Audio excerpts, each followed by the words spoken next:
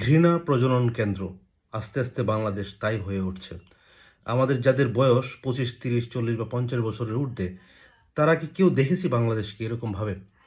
আগে একটা কমন কথা ছিল বাংলাদেশ, ভারত, বাংলাদেশ, পাকিস্তান এরকম একটা কথাবার্তা ছিল। সবসময় একটা কনফ্লিক্ট ছিল। বাট এইটাকে কেন্দ্র করে যে ঘৃণার যেই লেভেল, ঘৃণাকে চারদিকে ছড়িয়ে দেওয়া এবং সেই ঘৃণা কোথায় গিয়ে দাঁড়াচ্ছে দেখুন, ভিডিওটা দেখুন।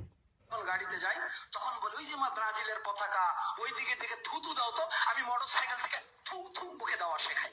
এইভাবে ঘৃণা করতে হবে, এইভাবে ঘৃণা করতে হবে।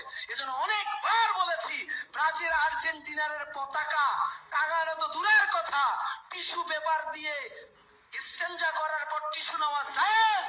ব্রাজিল আর্জেন্টিনার পতাকা দিয়ে ইস্তেঞ্জা করলে ওই ইস্তেঞ্জাই হবে না, ওটা হারাম হারাম হারাম। যতদিন শ্বাস আছে, যতদিন ইমান আছে, ততদিন ব্রাজিল আর্জেন্টিনার বিরুদ্ধে বলে যাবই যাব। তোমাকে আমি মানুষ মনে করি না। যাদের বিল্ডিং এ পতাকা ঝুলছে, এই বিল্ডিং এর একজনও শিক্ষিত না, কোনো দিনও হতে পারে না, কিয়ামত পর্যন্ত হতে পারে না। তুমি ইহুদির দালাল, তুমি খ্রিস্টানের দালাল, তুমি বৌদ্ধের দালাল, তুমি বোমের দালাল। আমি তোমাকে ভালোবাসবো? করছেন কালো না, জীবন যাবে যাবে, তোমাকে আমি ভালোবাসবো না। এটা কোনো একটা জুম্মার দিনের খুতবাতে এই বয়ান যে মসজিদের ইমাম করছেন। আগে যেই বাংলাদেশ, পাকিস্তান, বাংলাদেশ, ইন্ডিয়া ছিল সেই লেভেলে এখন আর নাই আমরা। আমরা চলে গেছি আর্জেন্টিনা, ব্রাজিল ওইগুলোতে। এবং উনি তার মেয়েকে থুতু দিয়ে ঘৃণা শেখাচ্ছেন। দেখেন কতটুকু দুঃখজনক আমাদের জন্য, এই বাচ্চা শিশুটার জন্য, যাকে তার বাবা একজন মৌলানা, একজন হুজুর, একজন ইমাম, মসজিদের ইমাম, সে থুতু দিয়ে শেখাচ্ছে অন্য দেশের পতাকা দেখে থুতু দিতে হয়। আর এরা হলো ইহুদির দল, এ হলো খ্রিস্টানের দল, এরা হলো এই দল সেই দল, এগুলো আর কি। আমাদের অবস্থা হয়ে গেছে আসলে ছালনাই কুত্তার বাগাইয়া ডাক। ছালনাই কুত্তার বাগাইয়া ডাক কেন?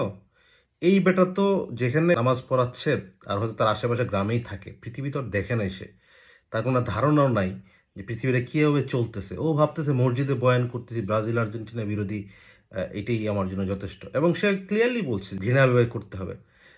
এখন দেখেন, আমরা সারা জীবন করে আসছি, ব্রাজিল আর্জেন্টিনা যারাই করেছে তারাও জানে ইট ইস এ ফান পার্ট, যে ১ মাস ২ মাস একটা ওয়ার্ল্ড কাপ চলবে, ফান করবো, পতাকা লাগাবো, জার্সি পরবো, দেন ইসকন।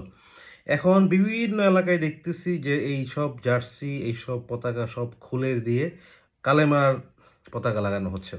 কেন ভাই? কালেমা তো আমাদের অন্তরে আছেই। তোমার এই বাংলাদেশে অন্য দেশের পতাকা নামে কালেমা লাগানোর কি দরকার? এই যে একটা তোমরা করতেছো, কি উদ্দেশ্যে করতেছো? তার মানে কি পৃথিবীতে খেলাধুলা থাকবে না? পৃথিবীতে অন্য কোনো দেশ থাকবে না? পৃথিবীতে অন্য দেশের কোনো মানচিত্র থাকবে না? কোনো ফ্ল্যাগ থাকবে না? এখন এই যে হুজুর বয়ান করতেছে মাইক্রোফোনটা লাগায়া, খোঁজ নিয়ে দেখবেন এটাও চায়নার প্রোডাক্ট। ওদের নলেজ সীমিত, জ্ঞান সীমিত, ওদের উইজডম নাই, ওদের মূর্খ, যেটাই হোক ঠিক আছে। কিন্তু এই যে ঘৃণাকে চতুর্দিকে ছড়িয়ে দেওয়া, এটা তো একটা ইমাম সাহেবের জায়গায় কথা বললাম, একজন হুজুর, যেটা মফস্বলের কোনো একটা এলাকায়। কিন্তু আপনি যদি এই ইমাম থেকে শুরু করে টপ পর্যন্ত যান, সকল স্তরে, সকল লেভেলে, সকল কিছুতে, সকল ব্যক্তিদেরকে, এটা সামরিক বলেন, অসামরিক বলেন, সকল জায়গার উচ্চ স্তরের লোকজন, পলিটিক্যাল লিডাররা এই ঘৃণাটাকে এখন মেইন ব্যবসা হিসাবে কেরিয়ার গড়ে তোলার চেষ্টা করতেছে। মানে আপনি আমি যদি যত ভারত বিরোধী কথা বলবো, যত পাকিস্তান বিরোধী কথা বলবো, আজাদি বলবো, ইনসাফ বলবো, মিছিল করবো, মিটিং করবো, আর্জেন্টিনার বিরুদ্ধে কথা বলবো, ব্রাজিলের বিরুদ্ধে কথা বলবো, ততই আমাদের ভিউ হয়, ততই আমাদের ফলোয়ার বাড়ে, ততই আমাদের স্ট্রেংথ বাড়ে, এরকম একটা অবস্থা আর কি।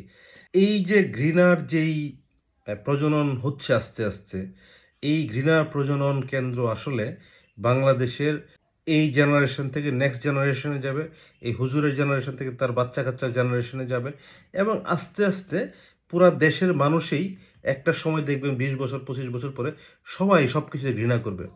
মানুষকে ঘৃণা করবে, প্রাণীকে ঘৃণা করবে, খাবারকে ঘৃণা করবে, দেশকে ঘৃণা করবে, কাপড়কে ঘৃণা করবে।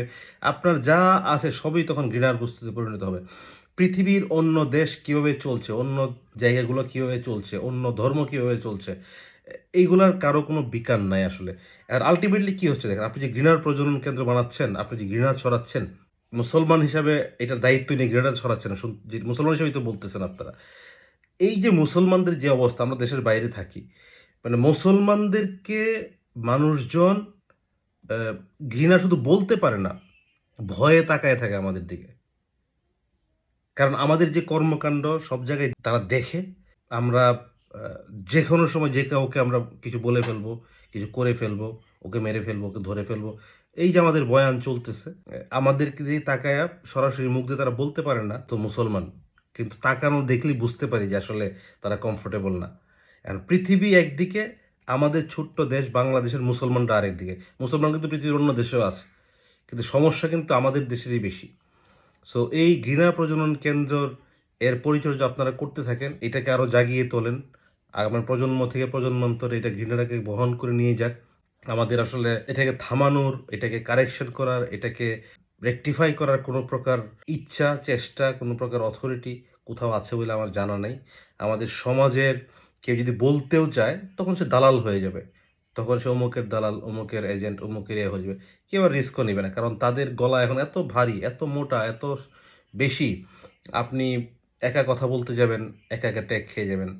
এর চেয়ে চুপ থাকাই ভালো। তো দেশটার জন্য কষ্ট আরকি। দেশের মানুষজনের জন্য কষ্ট। যে কোথা থেকে আমরা কোথায় যাচ্ছি।